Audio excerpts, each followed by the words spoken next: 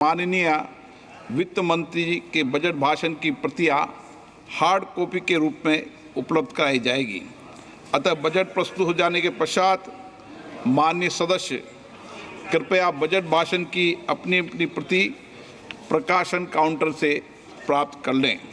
आपको ये भी सूचित किया जाता है कि माननीय मंत्री द्वारा बजट प्रस्तुत किए जाने के पश्चात बजट की प्रतियां आपको मेंबर्स पोर्टल के माध्यम से भी उपलब्ध करा दी जाएगी। माननीय वित्त मंत्री श्रीमती निर्मला सीतारमण।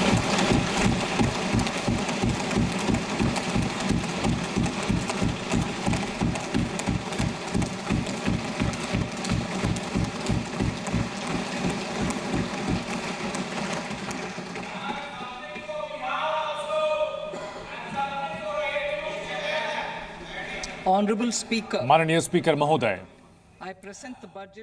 हम यहाँ पर 2024-25 का बजट प्रस्तुत करते हैं। देश की जनता ने अपना भरोसा जताया है प्रधानमंत्री नरेंद्र मोदी पर और उन्होंने उनको दोबारा चुना है और ऐतिहासिक ये घटना है उनके नेतृत्व में।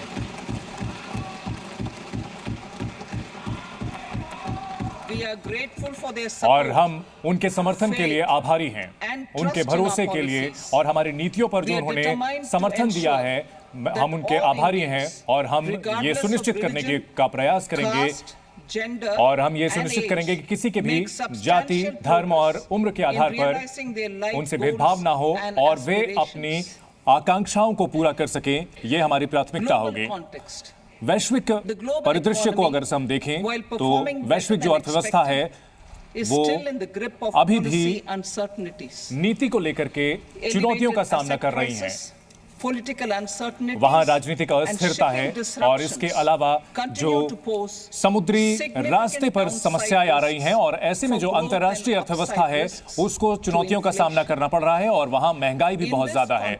और अगर इस संदर्भ में देखें तो भारत की जो आर्थिक प्रगति है वो और एक बेहतरीन रास्ते पर है और चमकता हुआ सितारा बना हुआ है और पिछले कुछ सालों में लगातार ये तरीका बरकरार रहा है। भारत की जो महंगाई है वो लगातार कम बनी हुई है, स्थिर बनी हुई है और 4% के लक्ष्य की ओर आगे बढ़ रही है। अगर बात की जाए ईंधन और भोजन के महंगाई को छोड़ दे तो 1.3% बना हुआ है और ये कोशिश की जा रही है कि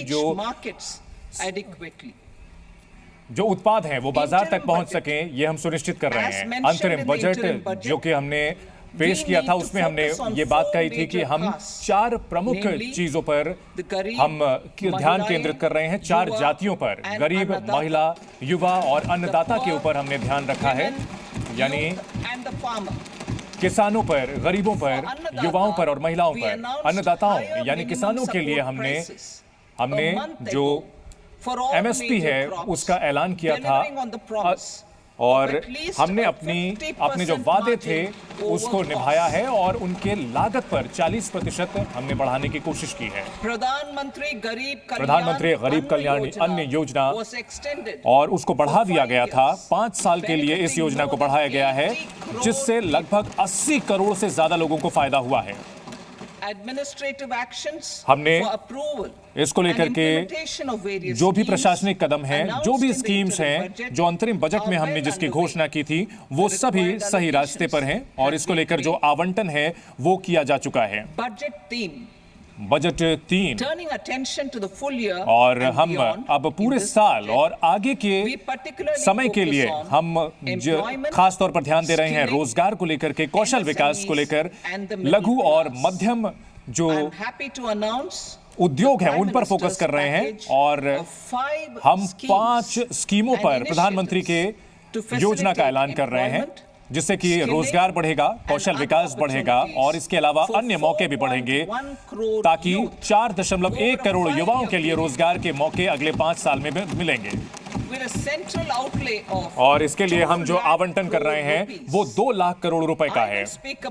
और मैं इसके बारे में अब बहुत जल्द इसमें बताऊंगी और इसमें कुछ और विस्तृत जानकारी भी जो है वो आप इलेक्शन में देख पाएंगे। इस साल हमने 1.48 लाख करोड़ रुपए 1.488 लाख करोड़ रुपए का आवंटन हमने शिक्षा और कौशल विकास पर दिया है। बजट की जो प्राथमिकताएं हैं, हमें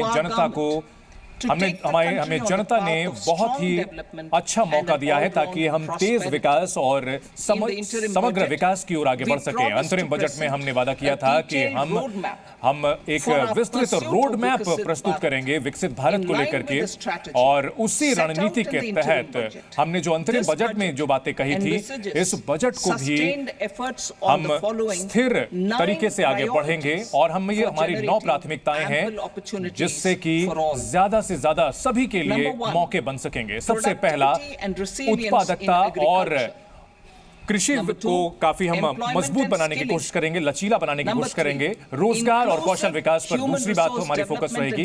तीसरा, हमारा ध्यान सामाजिक न्याय के साथ हम आगे बढ़ेंगे। मैन्युफैक्चरिंग और सर्विसेज पर हमारा फोकस है। 5वां, शहरी विकास पर हम ध्यान देंगे। 6ठा, हम ऊर्जा सुरक्षा सुनिश्चित करेंगे। 7वां, हम आधारभूत ढांचे पर ध्यान देंगे। 8वां, हम इनोवेशन और रिसर्च के साथ साथ हम विकास पर ध्यान देंगे। और 9वीं बात जो होगी वो नए जमाने के हिसाब से सुधार पर हम ध्यान देंगे। हम इसको लेकर के हम आगे जो कदम उठाए जा रहे हैं उसकी जानकारी देंगे। इसको लेकर के हम विस्तृत जानकारी देंगे और आर्थिक जो नीतियां हैं उसके ढांचे को हम आगे बढ़ाएंगे इसी तरह से। और हम इस बजट में आगे इसके बारे में विस्तृत जानकारी देंगे।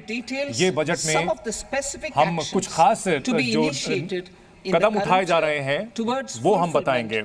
इसका मकसद इन जो प्राथमिकताओं को पूरा करना है ताकि हम पूरी तरह से जो बदलाव है उसको अमल में ला सके।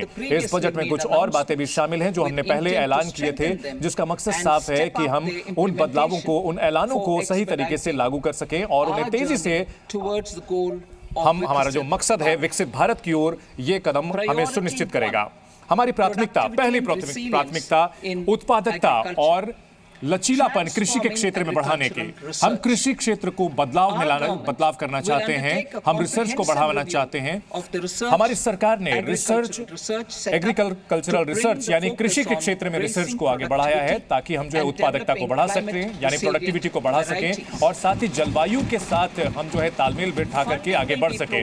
इसके लिए जो फंडिंग है वो उपलब्ध कराई जाएगी और इसमें प्राइवेट सेक्टर को भी लाया जाएगा, चाहे सरकार और बाहर के जो भी विशेषज्ञ हैं उनको जोड़ा जाएगा और ऐसे रिसर्च में उनकी भागीदारी सुनिश्चित की जाएगी। नई जो वैरायटी है वो लाई जाएगी और कई ऐसी वैरायटीज जो कि जलवायु से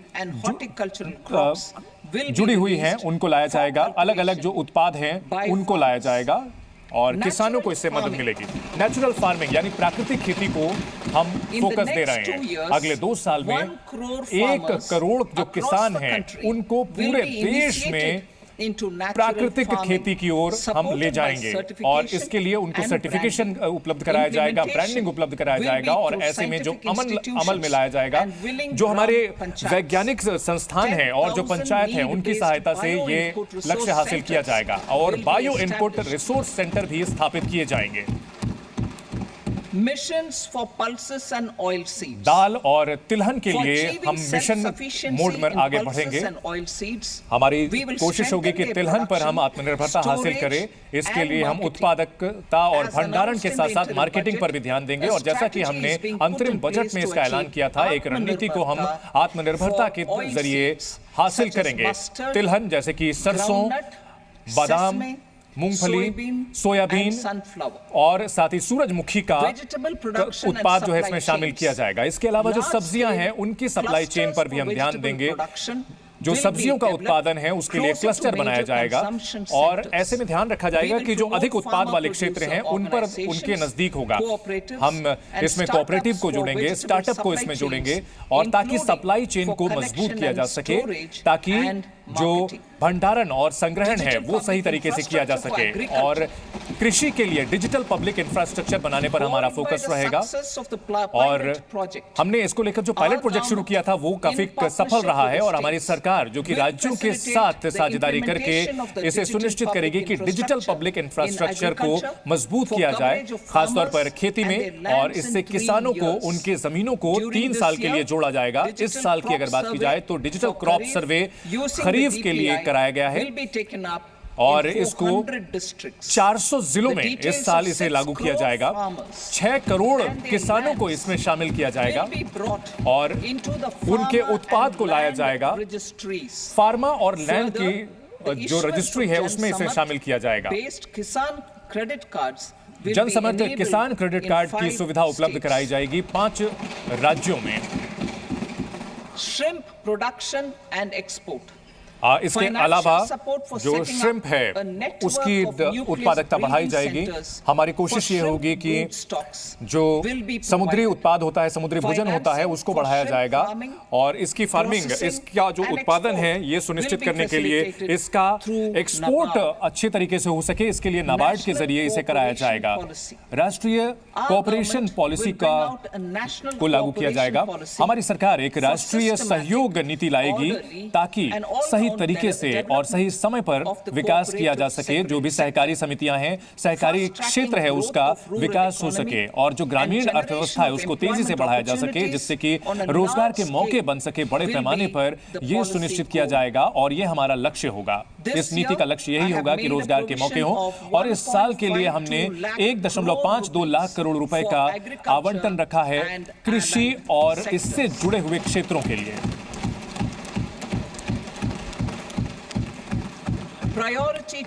और इसमें हमारी दूसरी प्राथमिकता होगी कि रोजगार और कौशल विकास, ऐसे रोजगार जिससे कि एम्प्लॉयमेंट लिंक्ड इंसेंटिव दिए जाएंगे। हम 3 स्कीम्स को शुरू करने जा रहे हैं, जिससे कि रोजगार का मौका अगर बनता है तो उससे फायदे मिलेंगे। और इस सम का ईपीएफओ में जो कि निबंधन होता है, इस पर हमारा फोकस रहेगा, और पहली बार जो लोग रोजगार पाएंगे उन्हें इसमें शामिल किया जाएगा, और इसमें जो नियोक्ता हैं उनको भी शामिल किया जाएगा। पहली जो स्कीम है इसमें फर्स्ट टाइमर स्कीम है, जिसमें सभी जो लोग पहली बार कार्य क्षेत्र को ज्वाइन कर रहे हैं, जुड़ रहे हैं, उनको 1 महीने का वेतन दिया जाएगा, और ये सभी सेक्टर्स में लागू किया जाएगा। और इसमें डीबीटी यानी डायरेक्ट बेनिफिट ट्रांसफर, 1 महीने की जो सैलरी है वो 3 इंस्टॉलमेंट में, 3 किस्तों में दी जाएगी, ईपीएफओ में शामिल की जाएगी। इसमें जो पात्रता की सीमा होगी वो लगभग 1 लाख रुपए प्रति महीने तक की होगी।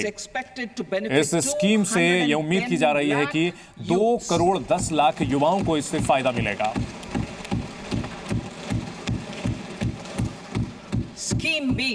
स्कीम बी की अगर बात करें तो रोजगार मैन्युफैक्चरिंग के क्षेत्र में कैसे बढ़े उस पर हम ध्यान देंगे। इसमें अतिरिक्त जो रोजगार के मौके होंगे उसको हम पुरस्कृत करेंगे, और जिसमें पहली बार के जो कर्मचारी होंगे उनको इंसेंटिव दिया जाएगा। सीधे ये कर्मचारी को और कर्मचारी को नौकरी देने वाले नियोक्ता को भी मिलेगा।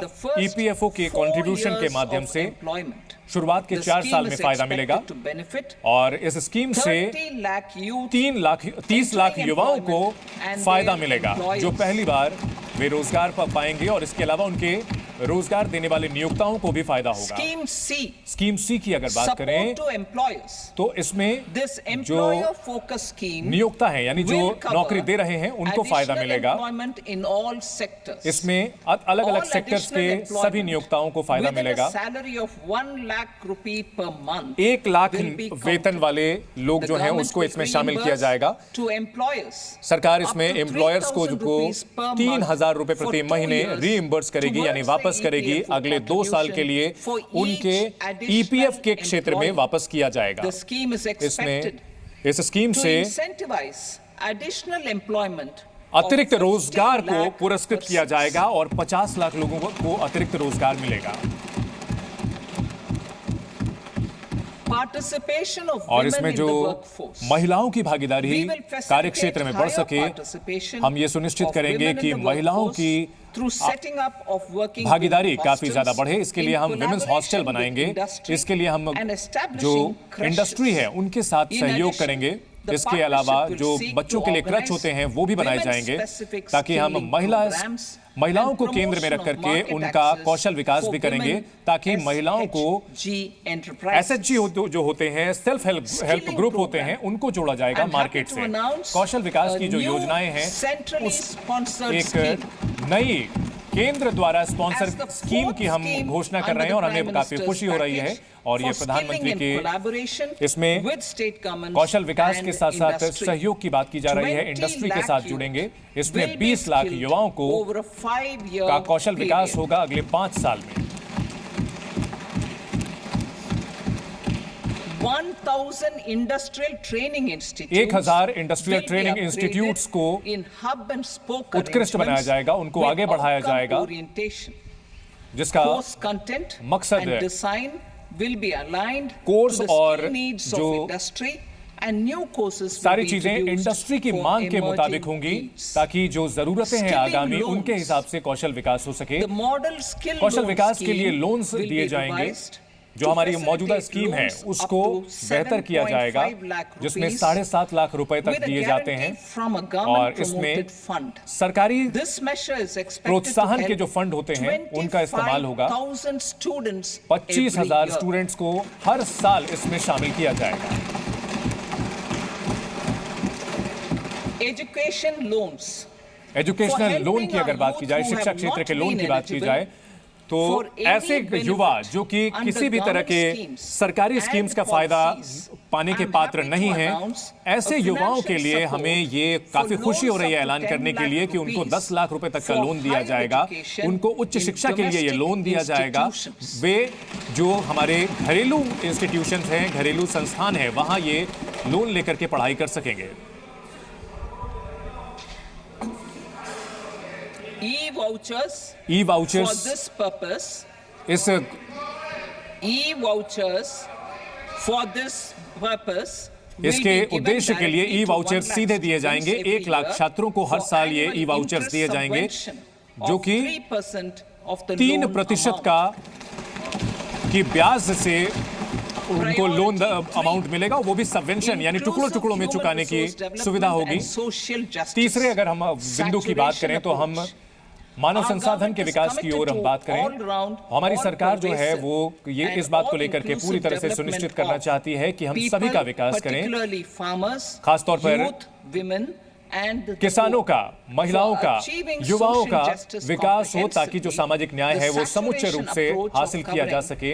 all eligible people और हमारी ये कोशिश है कि जो through सभी various पात्र लोग हैं programs, वो अलग अलग सरकारी including योजनाओं का those for फायदा उठा education सकें, and health, चाहे वो will be adopted एजुकेशन से to जुड़े हों, empower स्वास्थ्य them से जुड़े हुए by हों, ताकि वे improving their सशक्त बने, ताकि capabilities. उनकी क्षमताओं का विकास हो Implementation of सके। और schemes इसको meant अमल for में लाने के supporting लिए ये जो economic activities by योजनाएं बनाई गई craftsmen, हैं वो आर्थिक artisans, गतिविधियां self-help जो हमारे groups, बुनकर हैं, scheduled caste, हमारे scheduled जो tribe and women अनुसूचित जाति, entrepreneurs अनुसूचित and street जनजाति के vendors और such as महिला the जो PM उद्यमी हैं, Vishwakarma, जो स्ट्रीट PM वेंडर्स हैं, उनको Swanidhi, PM Vishwakarma, National PM Livelihood Svanidhi, Missions national and livelihood Stand Up mission India और will stand up be India stepped up.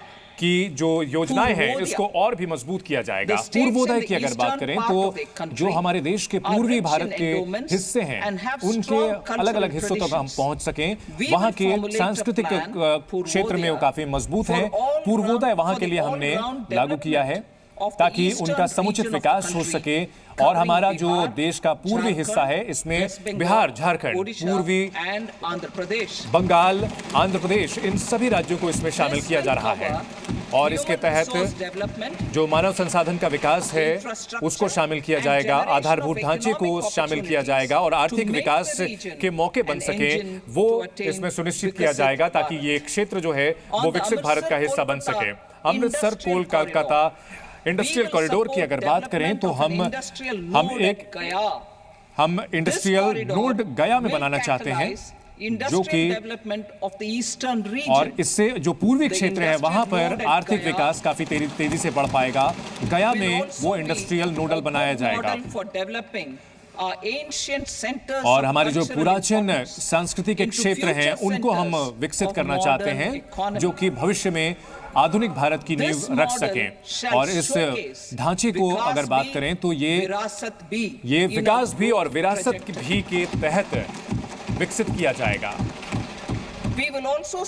और हम इसके अलावा जो सड़क निर्माण की योजनाएं हैं उसको आगे बढ़ाएंगे। पटना पूर्णिया एक्सप्रेसवे को हम मदद करेंगे। दूसरा, बक्सर से बादलपुर एक्सप्रेसवे। तीसरा, बोधगया से राजगीर का वैशाली और दरभंगा स्पर्श। इसके अलावा चौथा, गंगा नदी के ऊपर 2 लेन का ब्रिज बक्सर पर बनाया जाएगा। ये 26,000 करोड़ की लागत से ये परियोजनाएं बनाई जाएंगी। अगर पावर प्रोजेक्ट्स की बात करें तो 2400 मेगावाट का पावर प्लांट हम बनाना चाहते हैं। ये पीरपैंती में बनाया जाएगा और ये 21,400 करोड़ की लागत से बनाया जाएगा। पीरपैंती में पावर योजना बनाई जाएगी। नए एयरपोर्ट, मेडिकल कॉलेजेस और खेल से जुड़े जो आधारभूत ढांचे का निर्माण बिहार में किया जाएगा। और अतिरिक्त इसके लिए आवंटन किया जाएगा ताकि जो पूंजीगत खर्च है वो उपलब्ध कराया जाएगा। बिहार सरकार के निर्देश पर किया जाएगा और बैंक के से जो फंड है उसकी व्यवस्था को भी तेज किया जाएगा।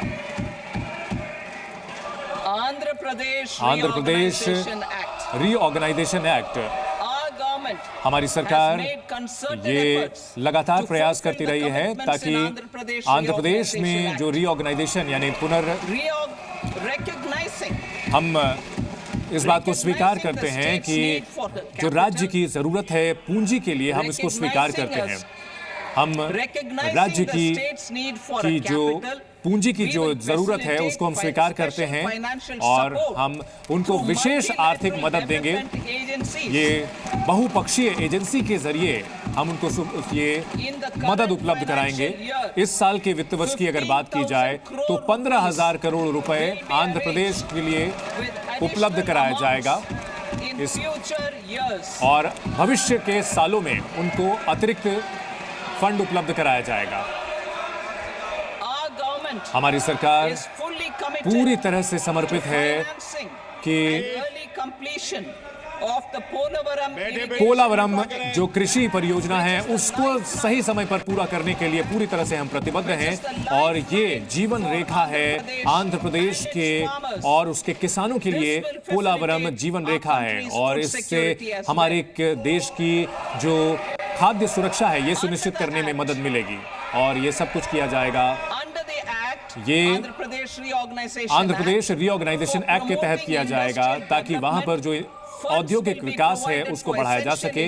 इसके लिए जरूरी इंफ्रास्ट्रक्चर को बढ़ाने के लिए जैसे कि बिजली, ऊर्जा और रेलवे के साथ साथ रोड की सुविधा उपलब्ध कराने के लिए कोप्परती नोड में विशाखापट्टनम चेन्नई इंडस्ट्रियल कॉरिडोर में ये स्थित है और मोरावकल रोड जो कि हैदराबाद बेंगलुरु इंडस्ट्रियल कॉरिडोर पर है उसको भी हम वित्तीय मदद देंगे।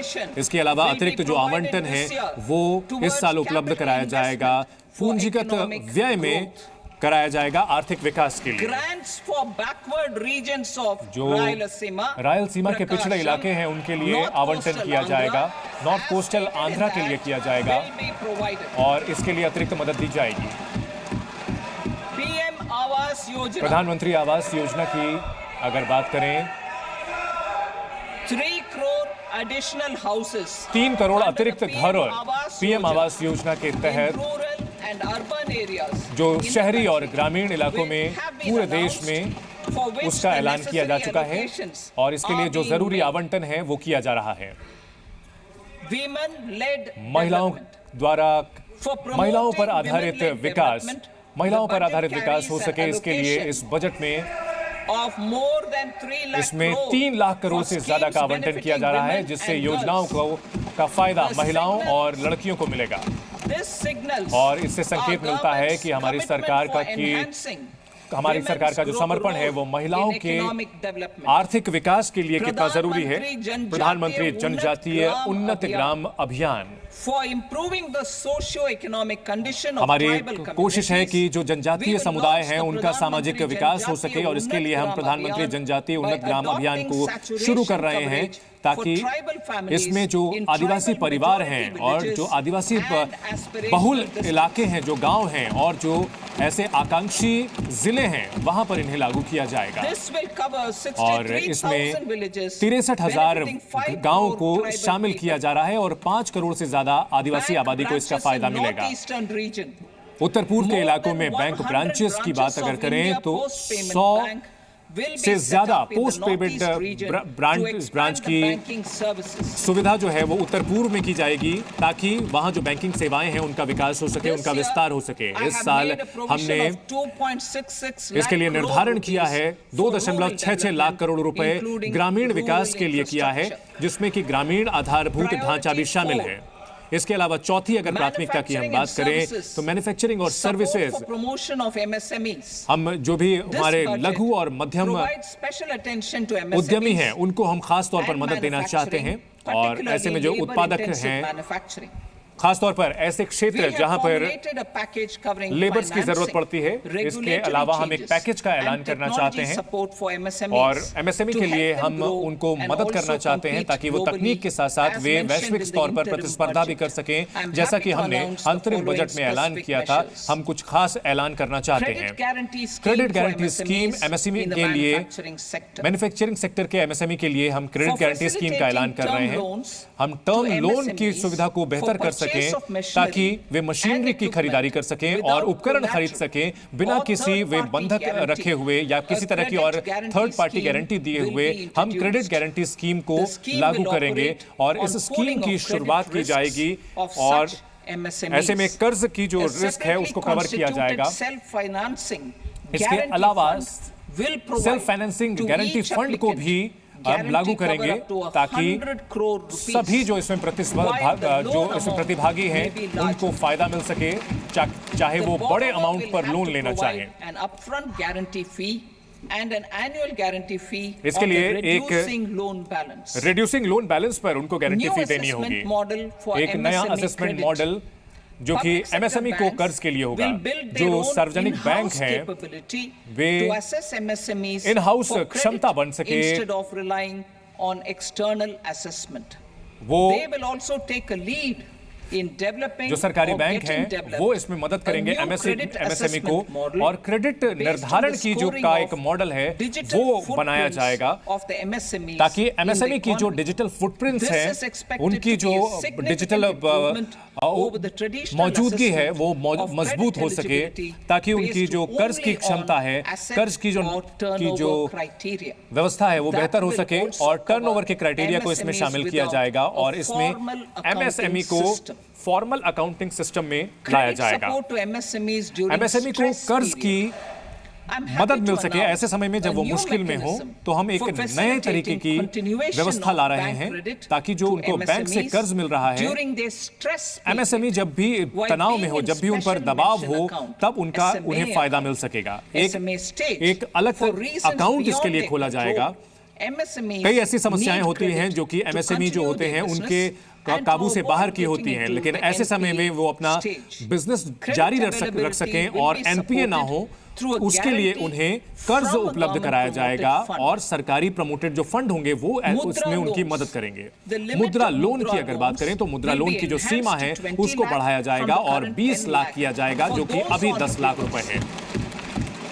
मुद्रा लोन की सीमा को 10 लाख से बढ़ाकर 20 लाख किया जाएगा और जो लोग पहले भी इसकी सुविधा ले चुके हैं और उन्होंने लोन चुका दिए हैं, तरुण कैटेगरी के तहत उन्होंने लोन लिए हैं, उनके लिए बढ़े हुए क्षमताएं For होंगी। facilitating MSMEs to हम unlock their एमएसएमई के working लिए capital उनका जो by पूंजी converting their उनकी trade पूंजी होती है receivables into cash, वो बेहतर I तरीके उनसे मिल propose to सके, reduce इसके the लिए हम turnover threshold टर्नओवर of की जो buyers सीमा है for उसको कम mandatory करना चाहते हैं onboarding on the TREDS platform और जो इस प्लेटफॉर्म में from आने की rupees सीमा थी 500 उसको crore 500 to करोड़ से घटा करके 250 250 करोड़ कर रहे हैं। This इस सीमा को measure घटाया जा रहा है। will इस bring कदम से 22 more 22 CPSEs जो 7,000 more companies और अलग अलग तरीके की जो 7,000 कंपनियां हैं वो इस प्लेटफॉर्म में शामिल हो पाएंगी। अगर मध्यम तरीके की जो उद्यमियों की बात की जाए तो वो सप्लायर से जुड़ सकेंगे। in MSME clusters. MSME के जो क्लस्टर है वहां पर सिडबी के ब्रांचेस नए खोले जाएंगे, नई शाखाएं खोली जाएंगी ताकि उनकी जो क्षमता है वो बढ़े, ताकि जहां भी ज्यादा क्लस्टर्स हैं वहां पर इसका मदद मिले और उनको सीधे कर्ज मिल सके। 25 ऐसी शाखाओं की हम खोलेंगे और इससे जो 168 मेजर क्लस्टर है वहां तक इनकी पहुंच बनेगी। MSME यूनिट जो कि खाद्य से जुड़े हुई हैं और उनके क्वालिटी और टेस्टिंग जांच के लिए हम आर्थिक मदद करेंगे। Food irradiation units in the MSME sector will be provided. MSME sector में जो खाद्य प्रसंस्करण से मामले हैं उनको जोड़ा जाएगा, इससे कि जो खाद्य सुरक्षा जांच है उनको बढ़ाया जाएगा। इसकी ई-कॉमर्स एक्सपोर्ट हब्स, इसकी स्थापना सही तरीके से हो सके ये सुनिश्चित होगा। ई कॉमर्स हब की स्थापना की जाएगी तो खासतौर पे जो कारीगर हैं वो इससे फायदा उठा सके और अंतर्राष्ट्रीय बाजार में अपना उत्पाद भेज सके। ई कॉमर्स एक्सपोर्ट हब यानी निर्यात हब की स्थापना की जाएगी। पब्लिक प्राइवेट पार्टनरशिप मोड में इसे स्थापित किया जाएगा और हमारी कोशिश ये होगी कि जो विनियमन है वो काफी बिना किसी बाधा के हो सके और इससे कारोबार और निर्यात एक छत के नीचे हो सके, ये हम सुनिश्चित करेंगे। मैन्युफैक्चरिंग और सर्विसेज को हम बेहतर करने के लिए हम जो बड़ी कंपनियां हैं उनको जोड़ेंगे। प्रधानमंत्री के पैकेज के तहत लाया जाएगा। हम एक विस्तृत योजना लागू करेंगे ताकि हम इंटर्नशिप के मौके जो हैं वो 500 बड़ी कंपनियों में मिल सके। वो हम सुनिश्चित करेंगे अगले 5 साल में 1 करोड़ जो युवा हैं उनको इन बड़ी कंपनियों में इंटर्नशिप मिल पाएगी। उनको इससे फायदा होगा। उनको 12 महीने के लिए मौके मिलेंगे और वो बिल्कुल असली जो माहौल होता है उसमें वे प्रोफेशनल्स के साथ काम कर सकेंगे और ऐसे में उनके रोजगार के मौके बढ़ेंगे और 5,000 रुपए प्रति महीने उन्हें स्टाइपेंड भी मिलेगा। इसके अलावा एक बार की सहायता 6,000 रुपए की भी दी जाएगी। कंपनियां ये ट्रेनिंग का खर्च उठाएंगी और इंटर्नशिप का 10% खर्च भी कंपनी उठाएंगी अपने CSR फंड के तहत। जो औद्योगिक फायदे हैं, हम इंडस्ट्रियल पार्क बनाना चाहते हैं। हम इंडस्ट्रियल पार्क बनाना चाहते हैं पूरी तरह से 100 बड़े शहरों के पास ऐसे इंडस्ट्रियल पार्क बनाना चाहते हैं जहां पर सार्वजनिक और जो प्राइवेट सेक्टर हैं वो यहां पर बना सकें और बेहतर टाउनिंग स्कीम भी इसके साथ जोड़ी जाएगी। नेशनल इंडस्ट्रियल कॉरिडोर प्रोग्राम के तहत हम इसको मंजूरी देंगे ताकि इस योजना को फायदा मिल सके।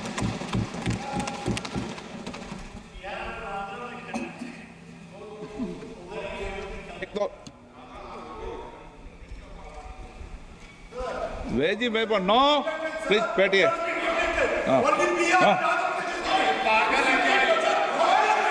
रेंटल हाउसिंग, किराए पर मकान की जो सुविधा है, डॉर्मेट्री तो जैसी सुविधाएं उपलब्ध कराई जाएंगी। जो भी औद्योगिक कामगार हैं उनको उपलब्ध कराया जाएगा डॉर्मेट्री की सुविधा वाली। रेंटल हाउसिंग रेंट पर हाउसिंग सुविधा उपलब्ध कराई जाएगी और जो औद्योगिक कामगार हैं उनको सुविधा ये मिल पाए ये सुनिश्चित करेंगे। और PPP मोड में, पब्लिक प्राइवेट पार्टनरशिप मोड में इसे लागू किया जाएगा और जो बड़ी इंडस्ट्रीज हैं उनसे मदद ली जाएगी। ओनरशिप, लीजिंग और अलग अलग जो सुधार हैं वो लागू किए जाएंगे ताकि जो भारत की जो शिपिंग इंडस्ट्री है, जहाजरानी जो इंडस्ट्री है, उसको फायदा मिले और ज्यादा से ज्यादा रोजगार के मौके बन सके। जो अहम मिनरल मिशन है उसकी हम स्थापना करेंगे ताकि जो घरेलू उत्पादन है वो बढ़ सके, जो खनिज हैं उनको फायदा हो, जो अहम हमारे खनिज हैं उनका उत्पादन हो सके। इसमें हम तकनीकी तौर पर आगे हम बढ़ेंगे। उत्पादकों की जो जिम्मेदारी होगी वो बढ़ेगी, एक ढांचा बनाया जाएगा और इसके जरिए हम उनको सही तरीके से पूंजी उपलब्ध करा सकेंगे। हमारी जो सरकार है, offshore blocks for जो mining, विदेश में हमारे ब्लॉक्स हैं उनकी माइनिंग हो सकेगी। already carried out. इसको हम पहले से शुरू कर चुके हैं। डिजिटल पब्लिक इंफ्रास्ट्रक्चर जो एप्लीकेशंस हैं उस पर भी हम ध्यान देंगे। इससे जो सेवा क्षेत्र है वो काफी तेजी से बढ़ेगा। हम डीपीआई एप्लीकेशन बनाने का प्रस्ताव रखते हैं और इससे उत्पादकता की जो बढ़ेगी और साथ से साथ कारोबार के मौके बढ़ेंगे और प्राइवेट सेक्टर को इसका फायदा मिलेगा। और हमने अलग अलग क्षेत्रों में प्लान किया है, क्रेडिट, ई कॉमर्स क्षेत्र, शिक्षा, लॉजिस्टिक्स, लॉ एंड जस्टिस के अलावा एमएसएमई सर्विसेज की डिलीवरी और जो शहरी प्रशासन है उसमें इसे लागू किया जाएगा। आईबीसी इकोसिस्टम हम बनाएंगे, एक समेकित तकनीकी प्लेटफॉर्म बनाया जाएगा जिसका मकसद जो आईबीसी यानी इंसॉल्वेंसी बैंक्रप्सी कोड है उसमें हम लागू करेंगे और ताकि इसमें जो सभी हितधारक हैं उनको फायदा मिल सके। जो एलएलपीज हैं उनको खुद से खत्म करने की प्रक्रिया को हम आगे बढ़ाएंगे। सीपेस जिसमें कि जो भी अपने खुद से एलएलपी अपने बंद करना चाहते हैं, हम चाहेंगे कि उनको कम समय में यह सुविधा उपलब्ध हो सके। राष्ट्रीय कंपनी लॉ ट्रिब्यूनल आईबीसी ने कई समस्याओं का समाधान किया है जिसमें 1000 कंपनियों के विवाद जो थे उनको निपटारा किया है और 3.3 लाख करोड़ रुपए इससे जो कर्जदाता थे उनको मिला है, उनको उगाही करने में मदद मिली है। इसके अलावा 28,000 जो ऐसे केसेस थे जिसमें 10 लाख करोड़ से ज्यादा मामले थे उनको हमने पूरी तरह से निस्तारित किया है, खत्म किया है। आईबीसी में उचित बदलाव किए जाएंगे और जो ट्राइब्यूनल है और जो सर्वोच्च ट्राइब्यूनल है उसकी भी शुरुआत की जाएगी ताकि जो दिवालिया की प्रक्रिया है वो जल्द से जल्द निपटाया जा सके। और इसके लिए हम जरूरी कदम उठाएंगे ताकि और कंपनी एक्ट के तहत ही इसे खास तौर पर एक्सक्लूसिव तरीके से साबित किया जाएगा। कर्ज की उगाही की अगर बात की जाए तो जो कर्ज की उगाही के लिए जो ट्राइब्यूनल है उनको मजबूत किया जाएगा। अतिरिक्त ट्राइब्यूनल की स्थापना की जाएगी ताकि जो रिकवरी है यानी उगाही है वो बेहतर की जा सके। शहरी विकास को लेकर के अगर हमारी बात करें तो हमारे जो शहर हैं वो विकास के हब हैं। हमारी जो सरकार है वो राज्यों के साथ मिलकर के काम कर रही है ताकि जो शहर हैं उनको विकास के केंद्र के तौर पर स्थापित किया जा सके ताकि जो आर्थिक और ट्रांजिट यानी यातायात की व्यवस्था है वो मजबूत हो सके। और जो टाउन प्लानिंग की स्कीम है उसका हम इस्तेमाल कर रहे हैं। हम क्रिएटिव तरीके से शहरों का फिर से पुनर्विकास करना चाहते हैं। जो मौजूदा शहर है उनको हम पूरी तरह से आमूलचूल बदलाव के तरीके से हम नए ढांचे में विकास करना चाहते हैं और ताकि जो मार्केट बाजार की जरूरत है उसके हिसाब से वे विकास कर सके। अगर सार्वजनिक परिवहन की बात की जाए तो हम इसके लिए ऐसा विकास करना चाहते हैं जिससे कि जो 14 बड़े शहर हैं जहां की आबादी काफी ज्यादा है उनको हम सही तरीके से फंड उपलब्ध करा करके विकसित करेंगे। शहरी आवास योजना की अगर बात करें तो अर्बन 2.0 ये 1 करोड़ जो शहरी गरीब और मिडिल क्लास फैमिली हैं उनकी जो जरूरतें हैं उनको पूरा करेगा और इसमें 10 लाख करोड़ रुपए खर्च होंगे। इसमें सरकार की ओर से 10 लाख करोड़ रुपए खर्च होंगे और इसमें जो केंद्रीय मदद वाली 2.2 लाख करोड़ रुपए की योजनाएं हैं वो अगले 5 साल में लागू की जाएंगी। इसमें जो कर्ज से जुड़ी हुई सब्सिडी है वो सही रेट पर उपलब्ध कराई जाए, सही दर पर उपलब्ध कराई जा सके। इसके अलावा अलग अलग जो नीतियां हैं और विनियमन है वो जो रेंटल हाउसिंग है उस पर हम ध्यान देंगे और हमारी कोशिश है कि जो किराए का क्षेत्र है उसको हम विस्तृत कर सकें। इसके अलावा पानी की सप्लाई और जो सैनिटेशन की सुविधा है वो बेहतर तरीके से मिल सके। इसके लिए हम राज्य सरकार के साथ हम विकास कर रहे हैं। बैंकों को हम शामिल कर रहे हैं, जो बहुउद्देशीय बैंक हैं उनको शामिल कर रहे हैं ताकि सीवेज ट्रीटमेंट पर ध्यान दे सकें और सॉलिड वेस्ट मैनेजमेंट जो प्रोजेक्ट है उस पर हम सही तरीके से काम कर सकें। और इसके अलावा जो 100 बड़े शहर हैं उनको भी हम इसके दायरे में ला रहे हैं और ऐसे जो प्रोजेक्ट हैं वो जो ट्रीटेड वाटर है दोबारा से उस पानी को हम संशोधित करके इस्तेमाल करेंगे और आसपास के इलाकों में उसका इस्तेमाल करेंगे। जो स्ट्रीट मार्केट है, पीएम स्वनिधि योजना बहुत अच्छे तरीके से कामयाब रही है। पीएम स्वनिधि स्कीम को हम आगे बढ़ा रहे हैं और इससे जो स्ट्रीट वेंडर हैं उनके जीवन में आमूलचूल बदलाव हुए हैं। और हमारी सरकार की योजना है कि एक ऐसी स्कीम आए जो हर साल अगले 5 साल तक 100 साप्ताहिक हाट और जो स्ट्रीट फूड हब होते हैं जो चुनिंदा शहरों में, हम उनको आगे बढ़ाएंगे, उनको मदद करेंगे। स्टैंप ड्यूटी की अगर हम बात करें तो हम प्रोत्साहित कर रहे हैं उन राज्यों को जो कि अभी भी ज्यादा स्टैंप ड्यूटी चार्ज कर रहे हैं, वो हम राज्यों से बात कर रहे हैं कि वो इसे घटाएं और अपना जो शुल्क है वो घटाएं। और खासतौर पर जो महिलाएं अगर जो प्रॉपर्टी खरीदती हैं उस पर वे कम टैक्स लें। इसमें जो शहरी विकास की जो स्कीम्स हैं उनको भी शामिल किया जा रहा है। और हमारी जो प्राथमिकता, छठी प्राथमिकता है वो ऊर्जा सुरक्षा है। ऊर्जा के क्षेत्र में बदलाव की हम बात कर रहे हैं। अंतरिम बजट में हमने ऐलान किया था कि हमारी जो कोशिश ये है कि हम ज्यादा से ज्यादा हम सही तरीके से ऊर्जा सुरक्षा के साथ हम हासिल कर सके विकास, और ऐसे में ऊर्जा सबको मिल सके और सबको सस्ती कीमत पर मिल सके, हम ये सुनिश्चित करना चाहते हैं। और हम इसके लिए एक पॉलिसी डॉक्यूमेंट लाना चाहते हैं ताकि हम जो है ऊर्जा के क्षेत्र में क्रांतिकारी बदलाव कर सकें, ताकि इससे रोजगार के मौके भी बने और इसके अलावा विकास हो, और साथ ही साथ जो रोजगार के मौके बने और प्रकृति के साथ भी हम कार्य करें। सूर्य घर मुफ्त बिजली योजना, पीएम सूर्य घर मुफ्त बिजली योजना एक इसमें उल्लेखनीय योजना है और हमने अंतरिम बजट में इसका ऐलान किया था। और उसी के मुताबिक जैसा कि हमने अंतरिम बजट में ऐलान किया था, पीएम सूर्य घर मुफ्त बिजली योजना को लॉन्च किया जा चुका है और जिसको छत पर सोलर प्लांट स्थापित किए जा सकते हैं। और इस योजना के जरिए लोगों को काफी फायदा हो रहा है। 1 करोड़ घरों में इस योजना को लागू किया जाएगा और वो 300 यूनिट तक हर महीने बिजली जनरेट कर सकेंगे। और इस स्कीम के जरिए बहुत शानदार बेहतरीन यहां पर प्रतिक्रिया मिली है। 1.28 करोड़ रजिस्ट्रेशन इसमें हुए हैं और 14 लाख एप्लीकेशन आ चुके हैं। और हम इस योजना को और आगे बढ़ा रहे हैं, लोगों को प्रोत्साहित कर रहे हैं। पंप स्टोरेज पॉलिसी की अगर बात करें तो ये जो पॉलिसी है, हम पंप स्टोरेज के जरिए प्रोजेक्ट को बढ़ावा दे रहे हैं। इसको आगे लागू किया जाएगा ताकि जो बिजली का भंडारण है वो सही तरीके से हो सके।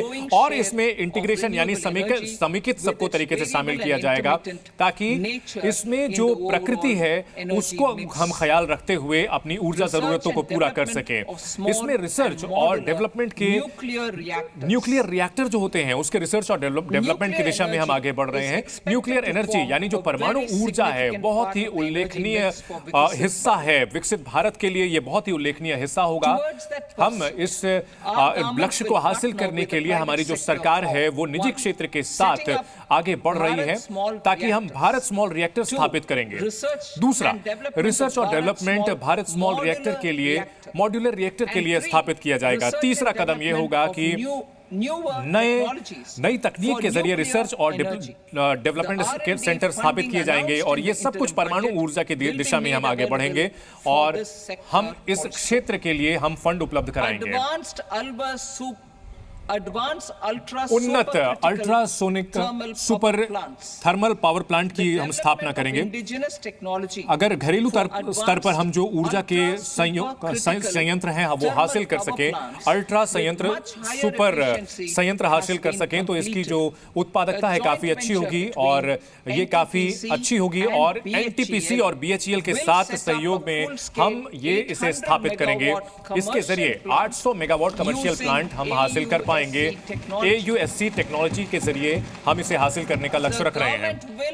सरकार की ओर से जो भी इसमें वित्तीय मदद की जरूरत होगी वो हम उपलब्ध कराएंगे। इसके अलावा अगर हम आगे बढ़ें तो घरेलू यानी कि स्वदेशी जो क्षमता है उसके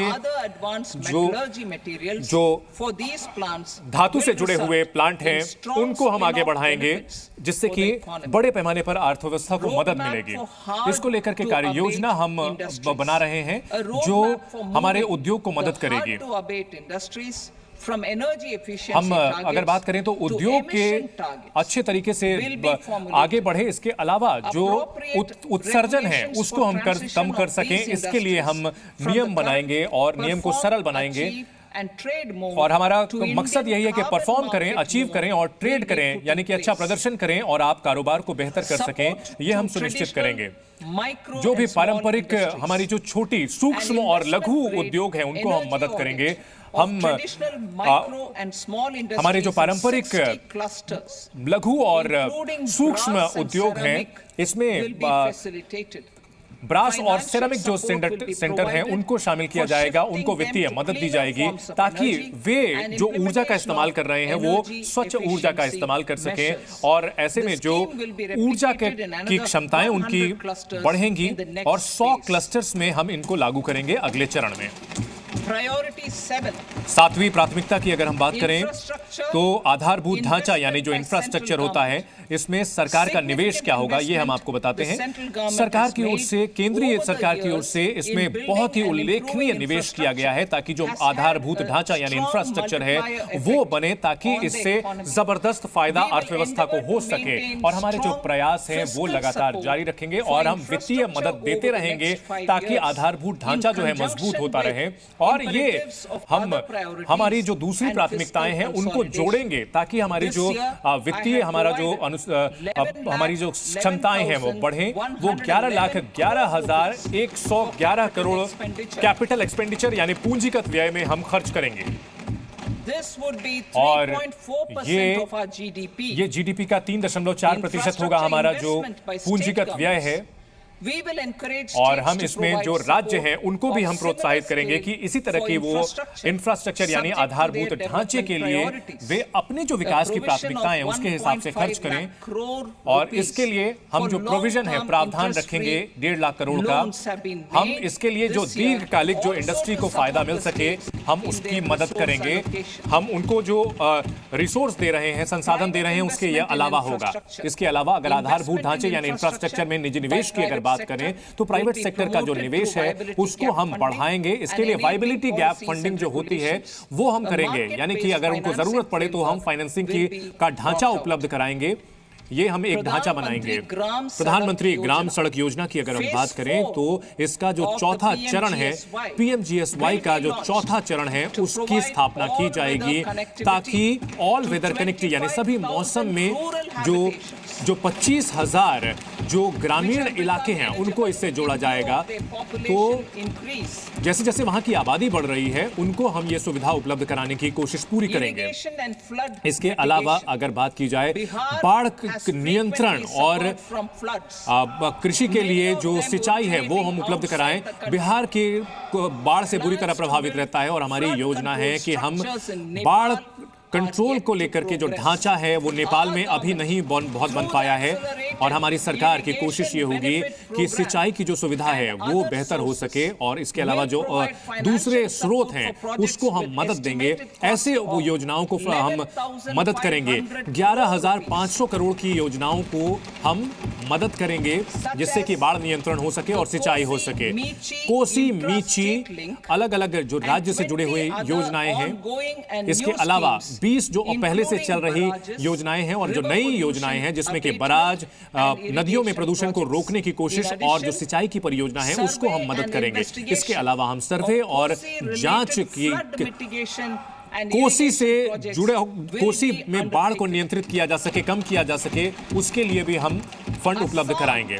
असम की अगर हम बात करें, असम को हर साल बाढ़ की समस्या से जूझना पड़ता है जहां बाढ़ ब्रह्मपुत्र से और उसकी जो सहयोगी नदियां हैं वहां तबाही मचाती हैं, लेकिन ये सभी नदियां भारत से बाहर उनका उद्गम स्थल है। तो भारत को हम असम में हम फ्लड मैनेजमेंट यानी बाढ़ का प्रबंधन करने के लिए हम फंड उपलब्ध कराएंगे, मदद करेंगे।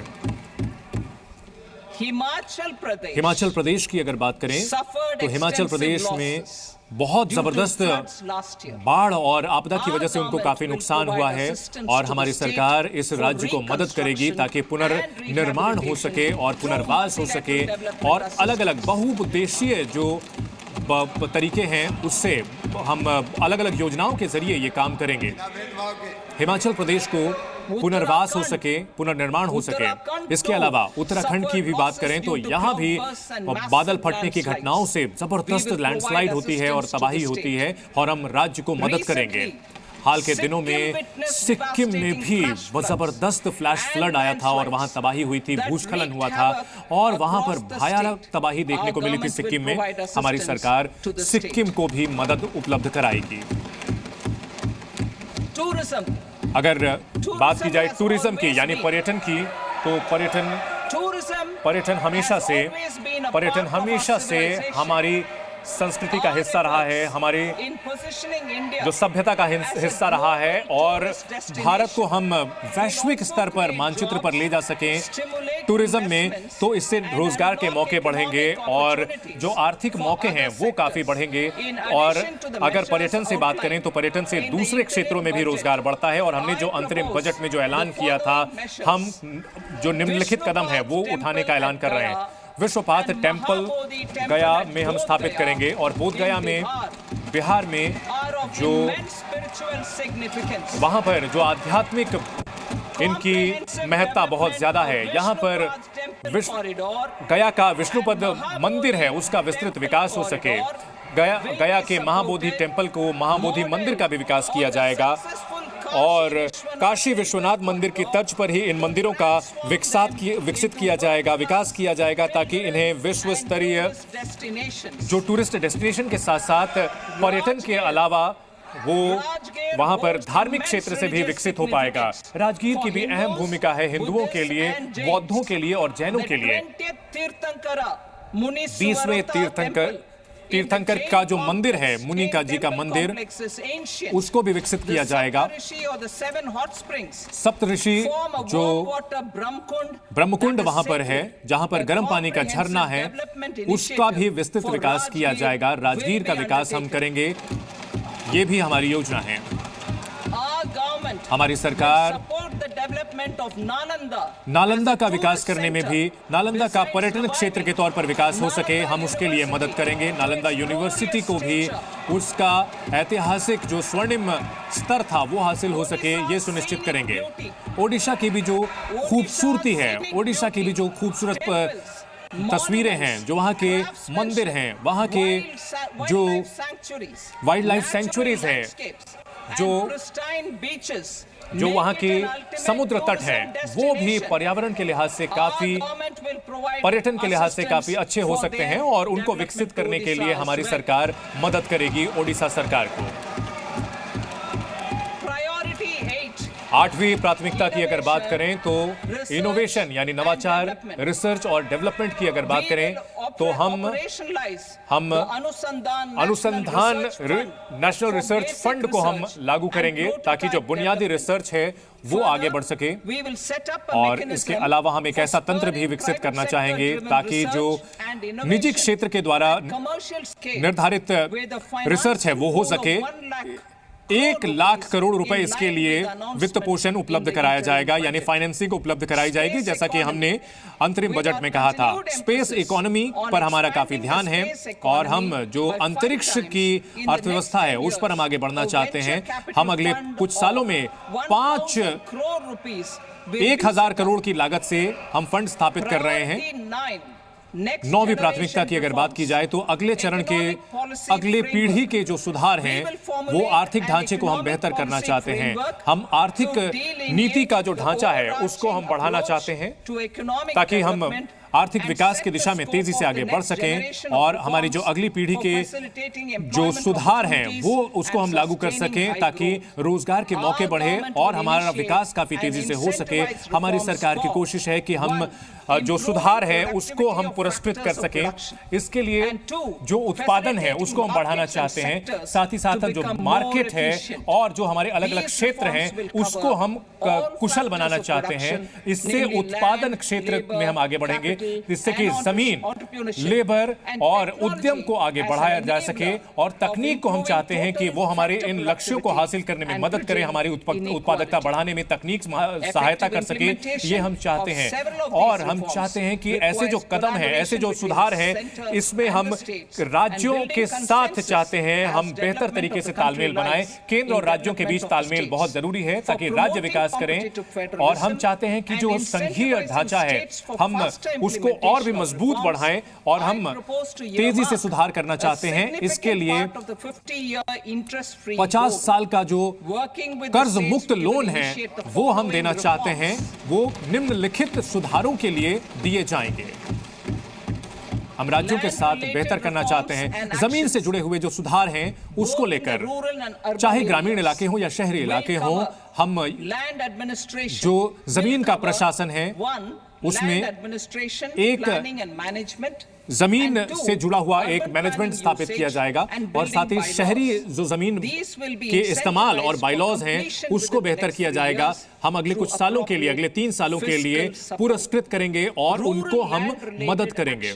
अगर ग्रामीण जमीन से जुड़े हुए जो सुधार हैं उसकी बात करें तो पहला पहलू है कि लैंड पार्सल आइडेंटिफिकेशन नंबर हम बनाना चाहते हैं ग्रामीण इलाकों के लिए, या फिर इसे कहें कि ये भू आधार होगा जमीन के लिए। दूसरी बात, डिजिटाइजेशन होगा, यानी कि जो मैप है उनको लाया जाएगा। इसके अलावा तीसरी बात होगी, जो सब डिवीजन जो है उनको सर्वे में लाया जाएगा और जो मौजूदा अभी मालिकाना हक है उसके आधार पर होगा। इसके अलावा लैंड रजिस्ट्री चौथा हमारा पहलू है और पांचवा जो किसानों की जमीन है उसकी रजिस्ट्री करानी होगी।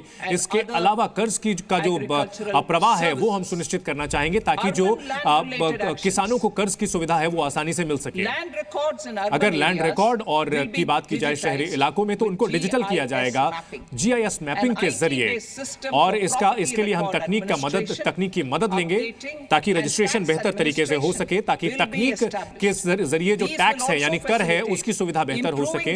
इसके अलावा वित्तीय स्थिति जो अर्बन लोकल बॉडीज यानी शहरी जो स्थानीय निकाय होते हैं उनको भी आर्थिक तौर पर फायदा होगा।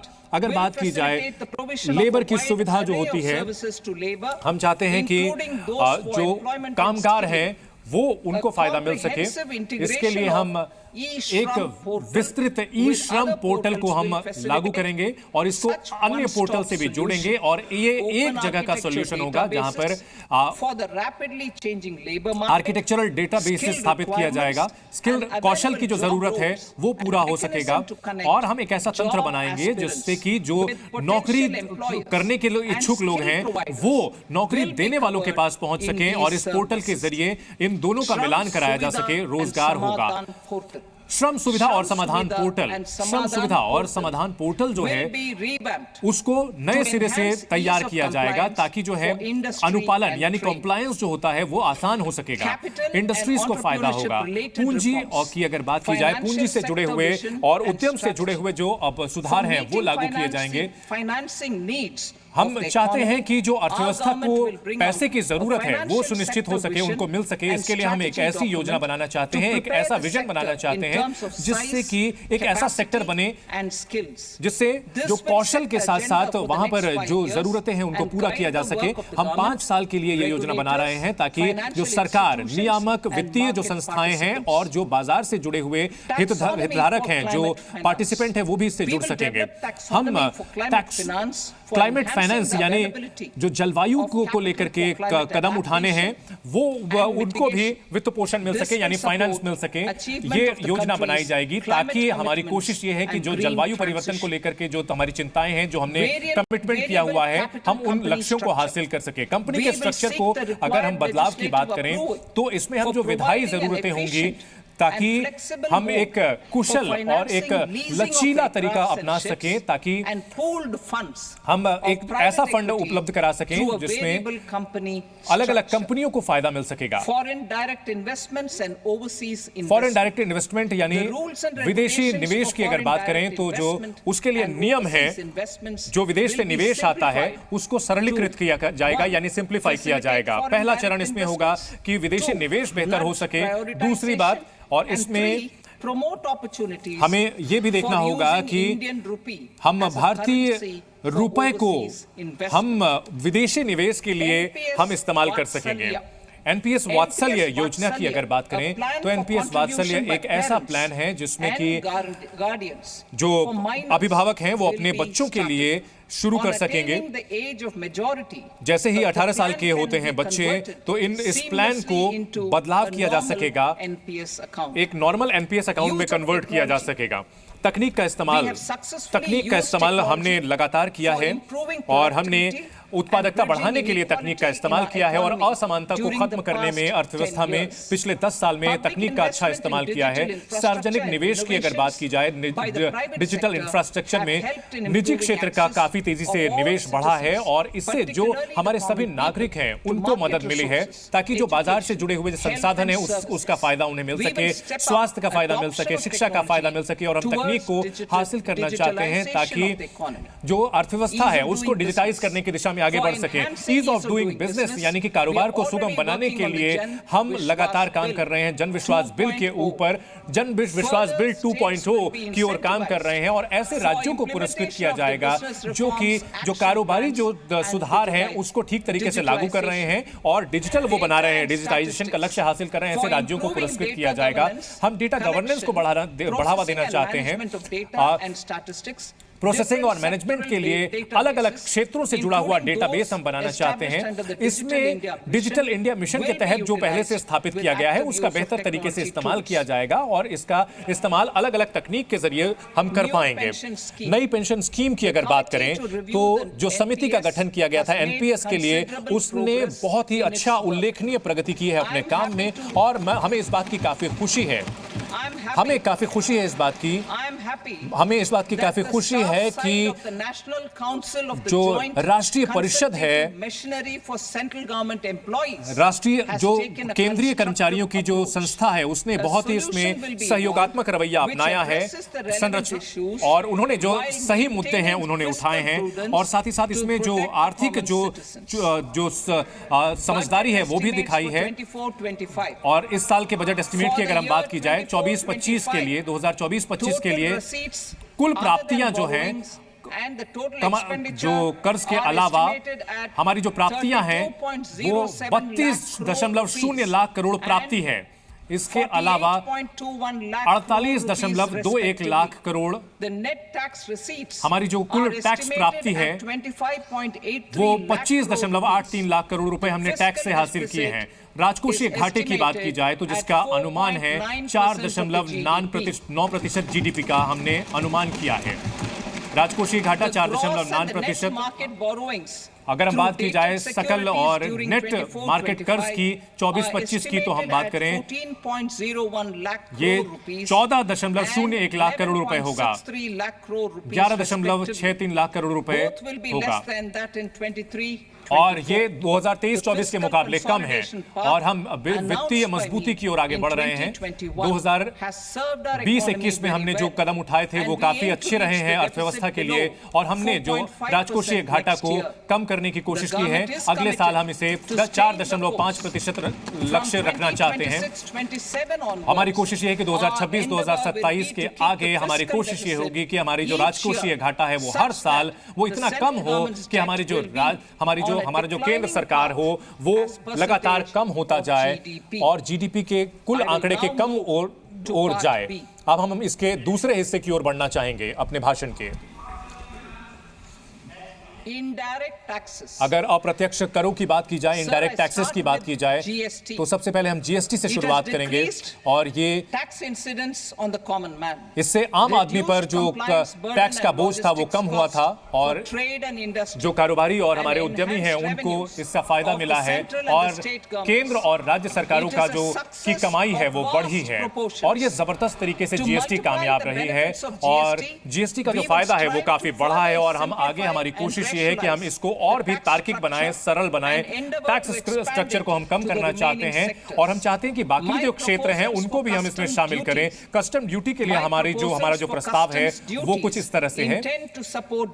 हमारी कोशिश ये है कि जो हमारा घरेलू जो उत्पादक है उसको फायदा मिले, हमारा जो निर्यात है वो आगे बढ़े, हमारे निर्यातक जो है वो बेहतर तरीके हो सके और टैक्सेशन की प्रक्रिया वो कम हो और आम लोग और जो आप उपभोक्ता है उसको कम मिले। 2022-23 में हमने कस्टम ड्यूटी के जो दरें थी उसको कम किया है और हम एक विस्तृत यहाँ जो हमने जो है बदलाव किया। अगले 6 महीने के लिए हम और इसे लागू करना चाहेंगे और इसको हम तार्किक बनाना चाहते हैं ताकि कारोबार की सुगमता बढ़े और ड्यूटी की जो की संख्या है वो कम हो। और हम सेक्टर से जुड़ी हुई आपको अब ड्यूटी की जानकारी देते हैं। मेडिसिन और मेडिकल जो उपकरण होते हैं उसको लेकर के कैंसर पेशेंट्स को राहत देने के लिए हम प्रस्ताव देते हैं कि 3 और जो दवाएं हैं उसको पूरी तरह से राहत देते हैं, कस्टम ड्यूटी से बाहर करते हैं उससे। कैंसर पीड़ितों के लिए 3 और दवाओं को हम कस्टम ड्यूटी से बाहर करते हैं। और इसके अलावा हम एक और प्रस्ताव देना चाहते हैं बीसीडी में एक्सरे ट्यूब पर और फ्लैट पैनल जो डिटेक्टर होते हैं जिसका इस्तेमाल मेडिकल एक्सरे मशीन में किया जाता है, उसको फेस मैन्युफैक्चरिंग प्रोग्राम में हम लाना चाहते हैं ताकि वो हमारी जो घरेलू हमारा जो बनाने की क्षमता है उसके जरिए हो सके। मोबाइल फोन और उससे रिलेटेड जो उपकरण है, हमारा जो घरेलू उत्पादन है वो 3 गुना बढ़ा है और हमारा निर्यात जो है लगभग 100 गुना बढ़ा है पिछले कुछ 6 सालों में। तो भारत की जो मोबाइल इंडस्ट्री है वो बहुत मजबूत हो चुकी है और हमारे जो उपभोक्ता हैं उनके हित में हम एक प्रस्ताव देना चाहते हैं कि बीसीडी जो है वो मोबाइल फोन में पीसीबीए इन सब पे हम कम करना चाहते हैं, कस्टम ड्यूटी को हम कम करना चाहते हैं। अगर अहम खनिजों की बात की जाए जैसे तो लिथियम, तांबा, कोबाल्ट और जो रेयर अर्थ मिनरल्स होते हैं ये बहुत जरूरी होते हैं आर्थिक हमारे अणु ऊर्जा के लिए और इसके अलावा स्पेस टेलीकम्युनिकेशंस के लिए बहुत इनकी जरूरत होती है। तो हम यहाँ पर इनके ऊपर जो कस्टम ड्यूटी लगती है 25 उत्पादों को, 25 जो अहम मिनरल हैं, अहम खनिज हैं, उनको इससे बाहर करते हैं। इससे ये इस कदम से हमारी जो प्रसंस्करण और जो ऐसे उत्पादों की जो प्रसंस्करण यूनिट है उनको फायदा मिलेगा और इसके अलावा जो रणनीतिक तौर पर हमारे अहम क्षेत्र हैं उनको भी फायदा मिलेगा। सौर ऊर्जा की अगर हम बात करें तो जो ऊर्जा के क्षेत्र में बहुत बदलाव करना होगा ताकि हम जो जलवायु परिवर्तन है उससे निपट सकें और इस क्षेत्र में हम आगे बढ़ना चाहते हैं। और जो कैपिटल गुड्स होते हैं यानी कि जो उत्पाद के लिए इस्तेमाल होने वाले अब जो निर्माण के लिए उत्पाद हैं उनको हम छूट देंगे। हमारी जो घरेलू डोमेस्टिक इंडस्ट्री है वो काफी मजबूत हो चुकी है। I propose not to extend the exemption of custom duties provided to them. तो इसके अलावा जो कस्टम ड्यूटी अब तक दी जा रही थी वो अब बंद की जा रही है। मरीन प्रोडक्ट्स की अगर हम बात की जाए तो जो समुद्री जो भोजन होता है वो लगातार बढ़ता गया है और 60,000 करोड़ रुपए का ये बन चुका है। झींगे का जो निर्यात होता है ये इसका 2/3 हिस्सा है और इसमें जो प्रतिस्पर्धा है वो आगे बढ़ सके इसके लिए हम कुछ कस्टम ड्यूटी का हम प्रस्ताव देते हैं जिसमें अलग अलग उत्पाद हैं इनको हम 5% करने का प्रस्ताव देते हैं। और तो झींगे और मछली का जो उत्पादन होता है इसमें भी हम कस्टम ड्यूटी की बात कर रहे हैं। चमड़े के लिए, चमड़ा और जो टेक्सटाइल उद्योग है इसके लिए हम जो कस्टम ड्यूटी है उसको कम करना चाहते हैं। तो यहाँ पर डक और गूस के जरिए जो उत्पाद आता है उसमें हम कस्टम ड्यूटी घटा रहे हैं। तो चमड़े से जुड़े हुए जो उत्पाद हैं उनका निर्यात इससे बेहतर हो सकेगा। हम चाहते हैं कि कस्टम ड्यूटी को कम करना चाहते हैं मिथिलीन, डाइफिनाइल, डाइआइसोसाइनेट और एमडीआई के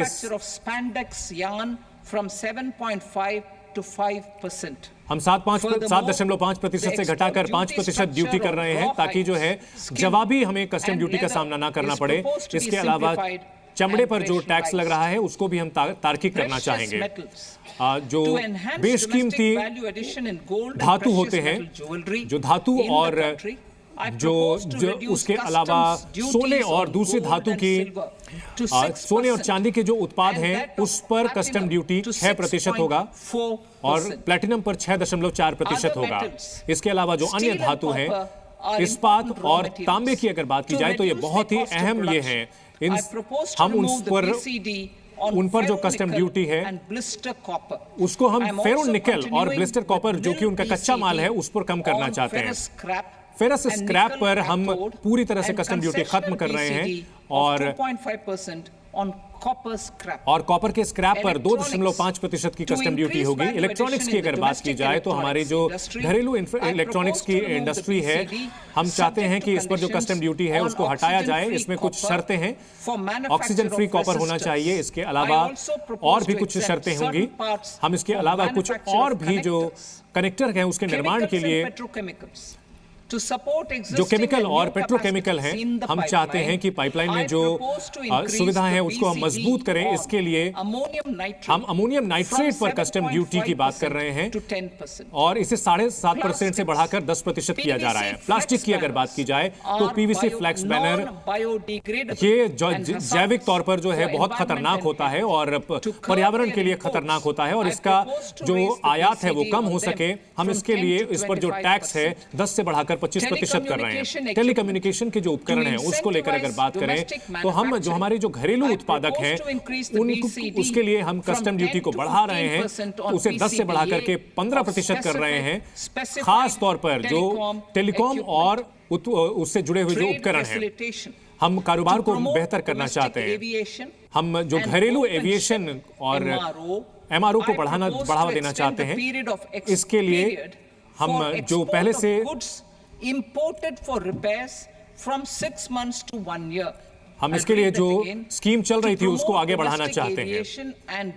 डोमेस्टिक एविएशन, बोट और शिप मेंटेनेंस जो रिपेयर की जो प्रक्रिया होती है, हम इसके लिए जो समय सीमा थी वो उसको बढ़ा रहे हैं। ये 6 महीने से बढ़ाकर इसे 12 महीने किया जा रहा है। ठीक इसी तरह से हम इसमें जो वारंटी के तहत जो रिपेयर किया जाता है उसका री इंपोर्ट करने के लिए जो सीमा है उसको बढ़ा रहे हैं। अब डायरेक्ट टैक्सेस की अगर बात करें, हम जो टैक्स की जो का जो टैक्स पेयर के जो सेवाएं हैं उसको हम सरल करना चाहते हैं और हम चाहते हैं कि किसी भी तरह की समस्याएं ना हो। इसके साथ साथ सरकार की जो कमाई है वो बढ़ती रहे। इसके अलावा सरकार की जो जन कल्याण योजनाएं हैं वो भी आप बढ़ते रहे। हमारा लगातार ये प्रयास रहा है कि टैक्सीकरण की प्रक्रिया को सरल बनाया जाए। हमने पिछले कई सालों में ये कदम उठाए हैं।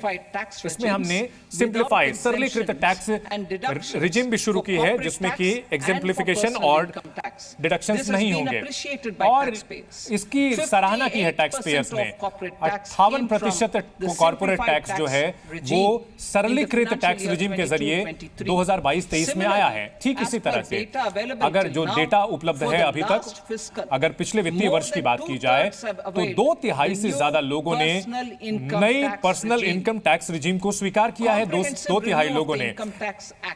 और जो टैक्स का कानून है उसका हमने अच्छी तरीके से उस पर विचार किया है। 1961 का जो कानून है उसको हम चाहते हैं कि सरलीकृत हो और आसानी से समझने वाला हो और इसका जो मकसद है वो ये है कि इसमें जो विवाद खत्म होगा और इससे जो टैक्स पेयर है, टैक्स दाता है, उनको भी फायदा मिलेगा। और हमारी ओर से इसको लेकर जो 6 महीने में इसे और सरल करने की प्रक्रिया है। वित्त बिल में हमने टैक्स रिजिम को सरल करने की कोशिश की है। जो टीडीएस का रेट स्ट्रक्चर है, चैरिटी है, रीअसेसमेंट की जो प्रक्रिया है उसको भी हम सरल करना चाहते हैं। कैपिटल गेन टैक्स की प्रक्रिया को भी सरल करना चाहते हैं। चैरिटीज और टीडीएस की जो सरलीकरण की प्रक्रिया है, 2 टैक्स छूट की जो अभी सुविधा मिलती है, for charities are proposed to be merged. अब इन दोनों रिजीम्स को मिला दिया जाएगा जो चैरिटी के लिए। TDS rate on many payments कई पेमेंट्स पर अभी जो 5% लगता है उसको 2% टीडीएस में मिला दिया जाएगा और टीडीएस 20% जो टीडीएस है उसमें भी मिला दिया जाएगा।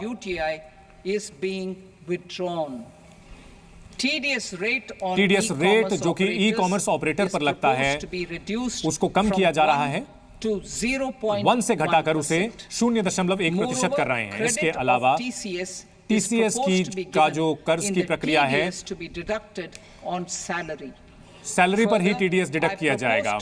इसके अलावा हम जो देरी होती है टीडीएस के पेमेंट पर, जो क्रिमिनल होने की प्रक्रिया थी, क्रिमिनलाइज करने की, उस प्रक्रिया को हम हटा रहे हैं। आपराधिक दायरे से बाहर ला रहे हैं। इसके अलावा हम स्टैंडर्ड ऑपरेटिंग प्रोसीजर भी हम लाना चाहते हैं, एसओपी लाना चाहते हैं, जो ताकि जो टीडीएस के डिफॉल्ट्स वाले हैं उनके लिए एक सही गाइडलाइन लागू की जा सके। रीअसेसमेंट की प्रक्रिया को हम सफल करना चाहते हैं और यहाँ पर हम प्रस्ताव देते हैं कि रीओपनिंग और रीअसेसमेंट की प्रक्रिया के लिए हम नया प्रस्ताव रख रहे हैं।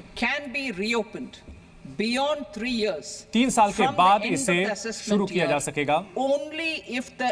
ये सिर्फ इसी हालत में होगा कि ये 50 लाख या उससे ज्यादा होता है। अधिकतम 5 साल तक इस सुविधा का ये फायदा उठाया जा सकता है। इन केसेस में भी 6 साल की सीमा जरूर होगी।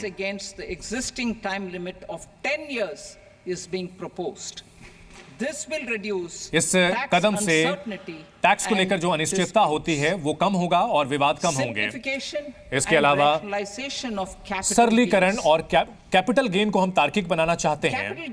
कैपिटल गेन का जो टैक्सेशन, इसको बहुत सरलीकृत करने की हमारी तैयारी है। शॉर्ट टर्म गेन्स की अगर बात की जाए तो कुछ जो वित्तीय जो आपके एसेट होते हैं उसमें 20% का टैक्स लगेगा।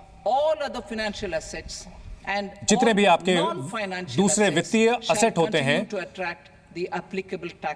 उस पर यही एप्लीकेशन टैक्स लगेगा। लॉन्ग टर्म गेन टैक्स की अगर बात की जाए, जितने भी वित्तीय और गैर वित्तीय होते हैं संपदा होती है उस पर 12.5% टैक्स लगेगा। अगर निचले और मध्यम वर्ग की बात की जाए तो उनके लिए जो एग्जेम्पशन की छूट है, कैपिटल गेन की जो छूट है, कुछ खास वित्तीय 1.25 लाख रुपए कैपिटल गेन्स पर बढ़ाया जा रहा है। जो लिस्टेड फाइनेंशियल वित्तीय एसेट होते हैं 1 साल से ज्यादा को आप लॉन्ग टर्म के एसेट में अब रखा जाएगा। जो listed financial assets will have to be held for at least 2 years to be classified as long term. तो लॉन्ग टर्म गेन में जो गैर वित्तीय वाले हैं उसको कम से कम 2 साल रहना होगा। Unlisted bond, debt mutual funds जो होते हैं उनका जो होल्डिंग पीरियड है उस पर भी कैपिटल गेन टैक्स जैसा पहले लगता रहा है वैसा ही लगेगा। टैक्स पेयर की सर्विसेज की अगर बात की जाए तो सभी जो मुख्य टैक्स पेयर सर्विसेज हैं जो जीएसटी के अंतर्गत और कस्टम और इनकम टैक्स के अंतर्गत रहती हैं उन सबको डिजिटलाइज किया जा रहा है। और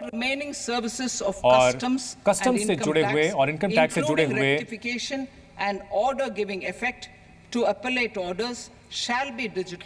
और ये जो सभी चीजें हैं वो डिजिटल और उनको पेपरलेस किया जाएगा।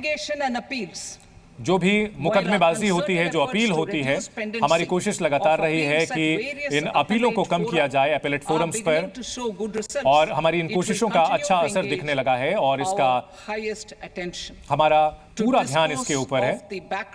अगर जो पुराने मामले हैं उनको पहली बार जिन लोगों ने अपील की है उसको हम जल्द से जल्द खत्म करना चाहते हैं और इसके लिए ज्यादा से ज्यादा अधिकारियों की तैनाती की जा रही है और जिन पर ज्यादा टैक्स की जिम्मेदारी है उनको प्राथमिकता पर निपटाया जाएगा। जो भी टैक्स से जुड़े हुए मामले अभी पेंडिंग पड़े हुए हैं उनमें विवाद से विश्वास स्कीम 2024 को हम सामने रखना चाहेंगे। इसके अलावा हम जो अपील भरने के लिए जो टैक्स ट्राइब्यूनल में, हाई कोर्ट में और सुप्रीम कोर्ट में इसकी जो सीमा है वो हम बढ़ा करके 60 लाख से 2 करोड़ रुपए कर रहे हैं और 5 करोड़ कर रहे हैं। हम चाहते हैं कि मुकदमेबाजी और विवाद कम हो इंटरनेशनल टैक्सेशन में, इसको लेकर के भी हम कदम बढ़ा रहे हैं और हम सेफ हार्बर रूल्स जो हमारा था उसको हम आकर्षक बनाना चाहते हैं। हमारी कोशिश है कि ट्रांसफर प्राइसिंग असेसमेंट की प्रक्रिया को हम इसमें लागू कर सकें। रोजगार और निवेश की अगर बात की जाए तो इसको लेकर हमारे कुछ कदम हैं ताकि जो है रोजगार को बढ़ावा मिल सके। सबसे पहले भारतीय स्टार्टअप इकोसिस्टम को हम बेहतर करना चाहते हैं। उद्यमिता की जो क्षमता है, उद्यमिता की जो भावना है उसको हम बढ़ाना चाहते हैं, आगे बढ़ाना चाहते हैं। हम यहाँ प्रस्ताव देते हैं कि एंजल टैक्स जो है उसको हम पूरी तरह से सभी इन्वेस्टर के लिए खत्म करना चाहते दूसरी बात, हमारे यहाँ पर्यटन क्षेत्र में जबरदस्त उत्पाद हैं, जबरदस्त संभावनाएं हैं और हम एक जो विदेशी शिपिंग कंपनियां हैं उनके लिए हम डोमेस्टिक क्रूजेज यहाँ भारत में इस्तेमाल करें, इसके लिए हम उनको टैक्स छूट देंगे।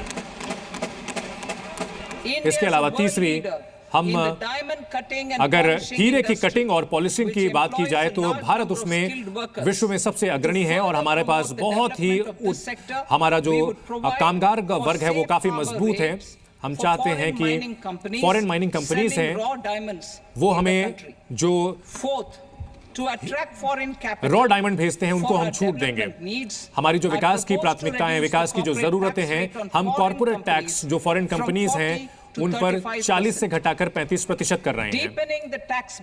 टैक्स बेस को हम बढ़ाना चाहते हैं। हमारे पास कई प्रस्ताव आए थे ताकि जो है टैक्स का जो दायरा है वो बढ़ाया जा सके।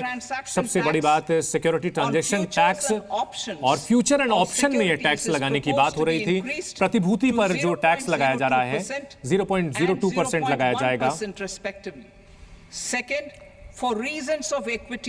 जो equity on buyback of shares in the hands of recipients. जो बायबैक करते हैं शेयर वो उन्हें टैक्स भरना होगा। इसके अलावा हम और सोशल सिक्योरिटी यानी सामाजिक सुरक्षा के जो फायदे हैं वो सबको मिल सके। एनपीएस में जो डिडक्शन है उसकी सीमा को 10 से बढ़ा करके 14% तक बढ़ाया जा रहा है। ये जो कर्मचारी हैं उसके वेतन का 10 से 14% किया जा रहा है। 14% का निजी क्षेत्र में जो 14% तक का डिडक्शन होगा उसको छूट मिलेगी। भारत के जो कामगार हैं, जो प्रोफेशनल हैं, मल्टीनेशनल कंपनीज में काम करते हैं, उनको ई-सॉप्स मिलता है। इसके अलावा सामाजिक सुरक्षा में निवेश होता है और दूसरे तरीके के उनको फायदे मिलते हैं। अगर ऐसी बातों की जानकारी नहीं दी जाएगी तो इनको काले धन के कानून के दायरे में लाया जाएगा। ऐसे में जो मूवेबल एसेट होंगे जो 20 लाख रुपए तक के और 20 लाख रुपए तक को आपराधिक दायरे से बाहर लाया जा रहा है। वित्तीय बिल के दूसरे हिस्से की बात की जाए, टैक्स बेनिफिट कुछ फंड्स में बढ़ा रहे हैं हम। आईएफएससीज में उनको शामिल किया को इस दायरे में लाया जा रहा है।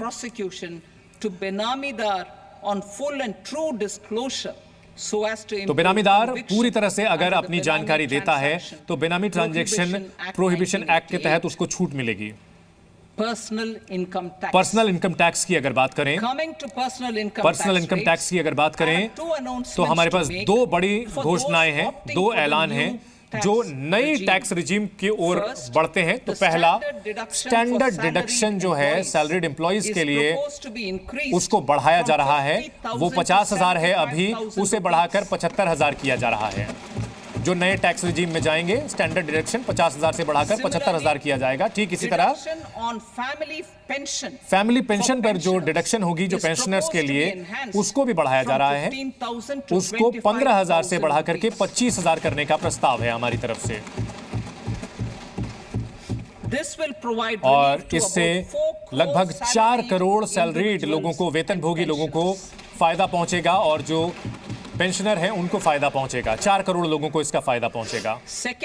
दूसरा, नई टैक्स रिजीम में टैक्स रेट स्ट्रक्चर जो है उसको उसमें हम बदलाव कर रहे हैं। 0 से 3 लाख रुपए तक कोई टैक्स नहीं लगेगा। 3 लाख से 7 लाख रुपए तक 5% टैक्स लगेगा। 7 से 10 लाख रुपए तक 10% का टैक्स लगेगा। 10 से 12 लाख रुपए तक 15% टैक्स लगेगा। 12 से 15 लाख रुपए तक 20% टैक्स लगेगा और 15 लाख से ऊपर 30% का टैक्स लगेगा।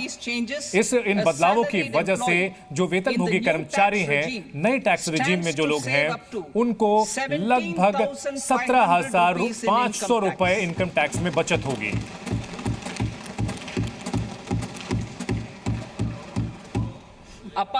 इसके अलावा हम कुछ और ऐलान भी कर रहे हैं, कुछ बदलाव भी कर रहे हैं, जैसा कि हमने विवरणिका में दिया हुआ है। इन नए प्रस्तावों की वजह से लगभग revenue of about 37,000 crore, 37,000 that is crore प्राप्ति होगी। 29,000 crore in direct taxes, direct taxes में and 29,000 8,000 crore in crore indirect और taxes 8,000 crore will be foregone, while revenue of 37,000 about crore का नुकसान 30,000 होगा crore सरकार rupees को। will be additionally mobilized. Thus the total revenue और इसलिए foregone जो पूरा is about प्राप्ति जो 7,000 चली crores जाएगी वो annually. लगभग 7,000 करोड़ Mr. सालाना Speaker, sir, का नुकसान with होगा। this, I और इसी commend के the साथ budget to this speaker august महोदय house. हम बजट को जय हिंद। प्रस्तुत करते हैं। जय हिंद।